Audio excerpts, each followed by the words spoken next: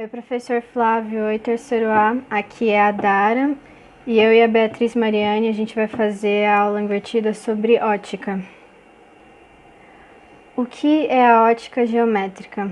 A ótica geométrica estuda fenômenos associados ao princípio de Fermat, segundo o qual a luz percorre o trajeto entre dois pontos no menor intervalo de tempo possível, como na reflexão e na refração. Nesse slide a gente vai ver os temas dos princípios da ótica, as fontes de luz, os meios de propagação da luz e a câmara escura de orifício. Existem três princípios fundamentais da ótica.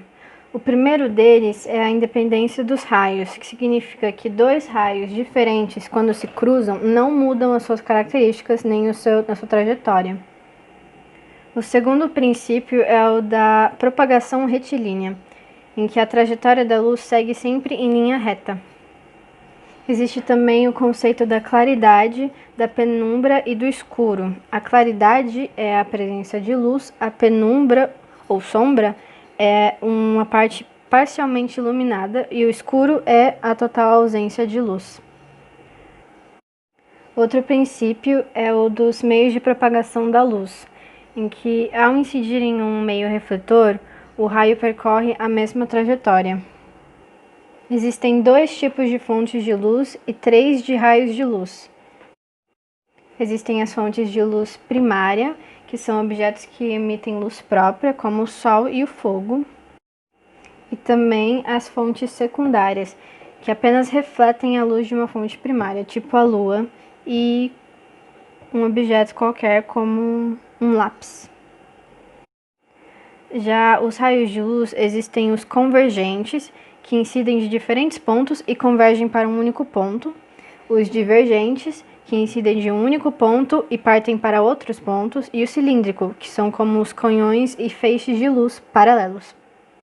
Entre os meios de propagação tem o transparente, em que os raios se propagam de modo regular, como o vidro. O translúcido, que os raios se propagam de forma diferente, como o vidro fosco. E o opaco, que absorve completamente os raios de luz, como uma parede.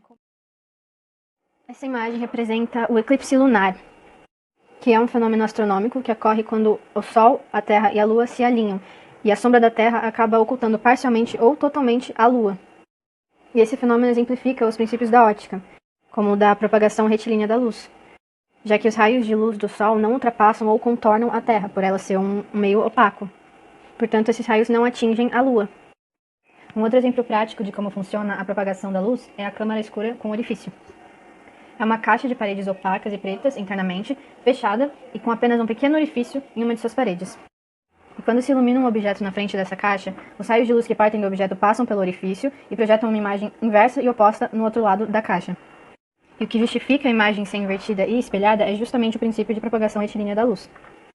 Para tentar explicar de um jeito mais simples, imagina que esse objeto está emitindo raios de luz retilíneos para todas as direções possíveis, mas como essa parede é uma superfície opaca e tem apenas um orifício, os raios de luz que batem na parede são absorvidos, mas os que passam pelo orifício conseguem ser refletidos no outro lado da parede.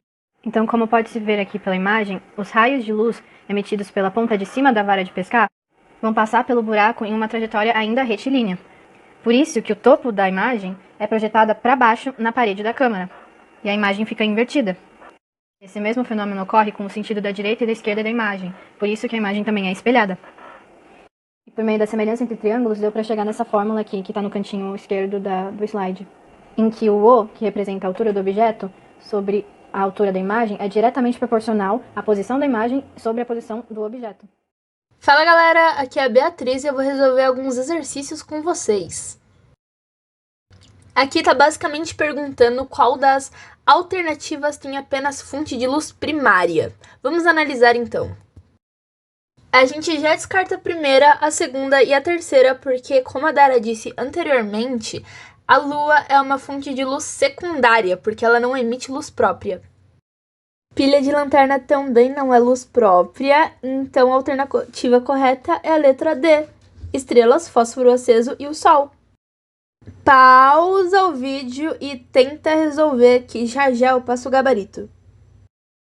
Não se esquece de usar essa fórmula aqui. A alternativa correta é a letra E e o gabarito está nesse QR Code.